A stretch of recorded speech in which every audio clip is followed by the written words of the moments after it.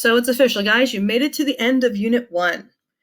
Well, we're going to go over today how to create and do your summative assessment. Now, for our 13 colonies assessment, we're doing what's known as a call to arms. And we're going to do a little bit of role playing. You're going to have to assume the character of a colonial who's trying to convince his colony or her colony to join the rebellion against England. Or maybe not. So let's review the statement of inquiry really fast so that we are all on the same page of what the expectation is. Global interactions resulting from causality are created by people, boundaries, exchange, and interaction. In short, things that happen between countries result from essentially a cause and effect that people, boundaries, exchanges, and interactions create. All right. First things first, you're going to choose one of the original 13 colonies that you will represent in your argument. Now, your job will include having to highlight your pick, so that way when I'm grading it, I know what you've chosen to go with. You'll notice that New York is not one of the ones listed as an option, and that's because it's what was included as an exemplar for you to look at as an example of what's expected from this project. Now, for you to create your project, you will have to choose either a slideshow, a digital infographic using a program like Canva or Poster My Wall, or you could even choose to make a physical poster at home that you will then have to do a screencastify to present. And the last option, a home video. So you can actually choose to make your own video edit on this presentation. Now, your role is the American colonial. After the various events and laws that have occurred here under the rule of King George III, you and your colony are trying to decide whether or not it's wise to pick up your weapons and join the American Revolution. As the voice of your colony, you have now been tasked or given the job of making a town hall presentation in which you need to present how joining the American Revolution is going to impact you and your fellow colonials. So guys, this is going to take some research on your part.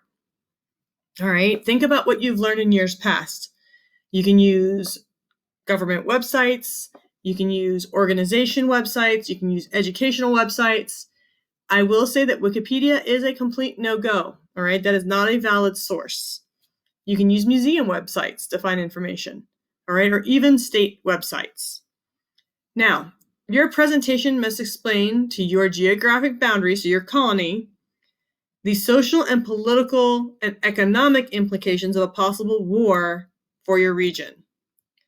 So just in case you forget what that means, all right? If we look at social implications, how is going to war going to impact the culture of your people? Political implications. How is going to war going to affect how you rule in your colony? Will you guys have to come up with your own government? Or will you have to come up with a new system of government for the nation? Finally, economic implications. How does this impact how your colony makes money? Do you rely on England for trade?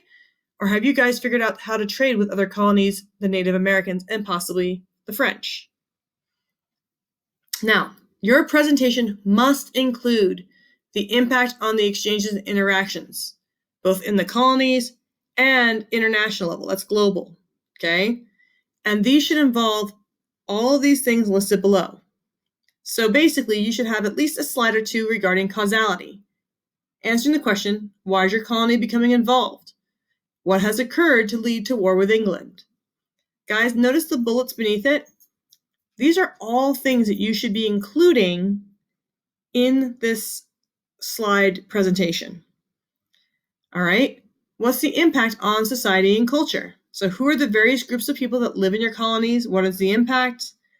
Do you think they'll all be willing to be on your side? Why or why not? Joining the revolution, what will this do to impact your trade and economy?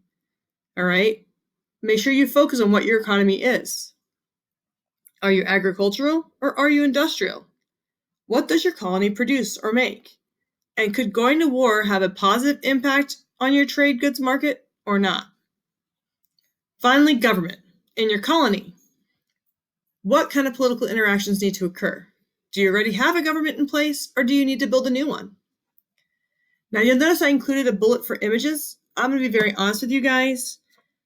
These projects are far, far more interesting if you include some decent images, either as your backgrounds or as little inserts, but include some kind of visual element. Now, right here, guys, I repeat, make sure you create a section for each of the topics noted above. Make sure you answer everything fully and according to what the rubric does tell you below.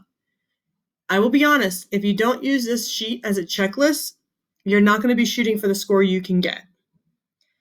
Now, in case you're confused as to what a final product should look like, your exemplar will pop open for you and you can go through and actually see what a former student created in order to score his 7 and 8 in his objective strands for this project. You'll notice he's actually got a couple of causality slides. He's got a society and culture slide, a trade and economy slide, as well as a government slide. Now, I do want to point out, guys, at the bottom of his screen, he does include citations, or at least the web links for where he caught this information. This is a good habit to get into, and your next unit, we will actually be grading you in your ability to cite correctly. So for right now, at least provide me with the web links so I can verify your information. All right, if web links are missing, it does make it hard for me to know whether or not this work is truly your own. And P.S., I've taught history for a long time, so I'm going to know if it's your words or someone else's. Do not plagiarize. For whatever reason, ask for help rather than take that risk. Now, your rubric, guys, okay, to score a 7-8, items 2 through 4 should be answered fully with explanation. Come up here. This is items 2, 3, and 4, society, trade, and government. All right, make sure that you tell me the influence on your colony's decision to wage war. We should have quotes, references from primary sources of the time period to add credibility. So look for people's own words. Look for writing from George Washington or Ben Franklin or Thomas Jefferson. Look for the writers who did the Enlightenment to add flavor. Item 1, you want to make sure you take the different perspectives from that colony into account. So when we look at item 1, when we say causality, make sure you're explaining England's perspectives on why they put the taxes on the colonies. Make sure you explain why your colony is unhappy. Explain who influenced them to go to war. As long as you follow these steps, guys, you'll produce something wonderful that will make the impact I'm seeking from you. And again, if ever you have any questions, don't hesitate to ask. Good luck with this. I can't wait to see what you guys produce.